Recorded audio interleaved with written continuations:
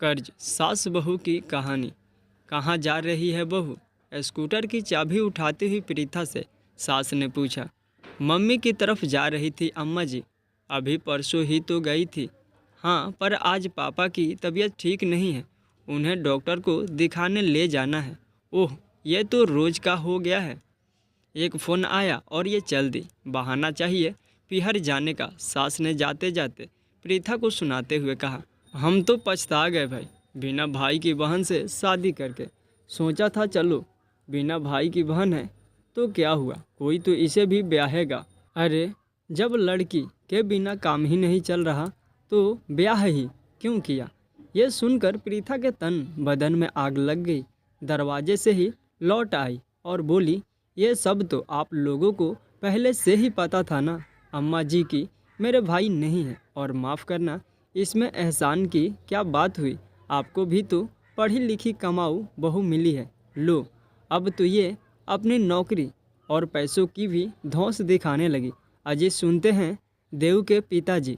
सास बहू की खटपट सुनकर बाहर से आते हुए ससुर जी को देखकर सास बोली, पिताजी, मेरा ये मतलब नहीं था। अम्मा जी ने बात ही ऐसी की, मेरे भी मुंह से निकल गया, प्रीथा ने स्पष्ट किया। ससुर जी ने कुछ नहीं कहा और अखबार पढ़ने लगे। लो, कुछ नहीं कहा। लड़के को पैदा करो, रात रात भर जागो, टट्टी पेशाब करो, पोतले धोओ, पढ़ाओ लिखाओ, शादी करो, और बहुओं से ये सब सुनो। कोई लिहाज ही नहीं रहा छोटे बड़े का। सास ने आखिरी वस्त्र फेंका और पल्लू से आंखें पोंछने लगी। बात बढ़ती देख देवाशीष बाहर आ गया। ये सब क्या हो रहा है अम्मा? अपनी चहेती से ही पूछ ले, तुम अंदर चलो, लगभग चीखते हुए वह प्रीथा को कमरे में ले गया। यह सब क्या है प्रीथा? अब ये रोज रोज की बात हो गई है। मैंने क्या किया है देव? बात अम्मा जी ने ही शुरू की है। क्या उन्हें पता नहीं था कि मेरे कोई भाई नहीं है, इसलिए मुझे तो अपने मम्मी पापा को संभालना ही पड़ेगा। प्रीथा ने रूआंसी होकर कहा।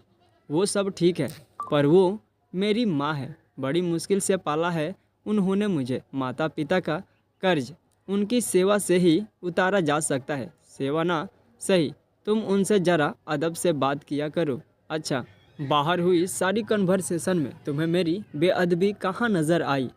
तुम्हें ये नौकरी वाली बात नहीं करनी चाहिए थी। हो सकता है मेरे बात करने का तरीका गलत हो, पर बात सही है देव। और माफ़ करना, ये सब त्याग उन्होंने तुम्हारे लिए किया है, मेरे लिए नहीं। अगर उन्हें मेरा सम्मान और समर्पण चाहिए तो मुझे भी थोड़ी इज्जत देनी होगी। स्कूटर की चाबी और पर्स उठाते हुए बोली, अब कहाँ जा रही हो? कमरे से बाहर जाती हुई प्रीथा से देवाशीष ने पूछा। जिन्होंने मेरे पोतड़े धुए हैं उनका कर्ज उतारने, प्रीथा ने व्यंग मिश्रित गर्व से ऊंची आवाज़ में कहा और स्कूटर स्टार्ट कर चल दी। प्रीथा ने व्यंग मिश्रित गर्व से ऊंची आवाज़ में कहा और स्कूटर स्टार्ट कर चल दी। ये कहानी आपको कैसी लगी कमेंट करके बताएं, और ऐसी ही कहानियाँ सुनने के लिए हमारे चैनल को सब्सक्राइब करें।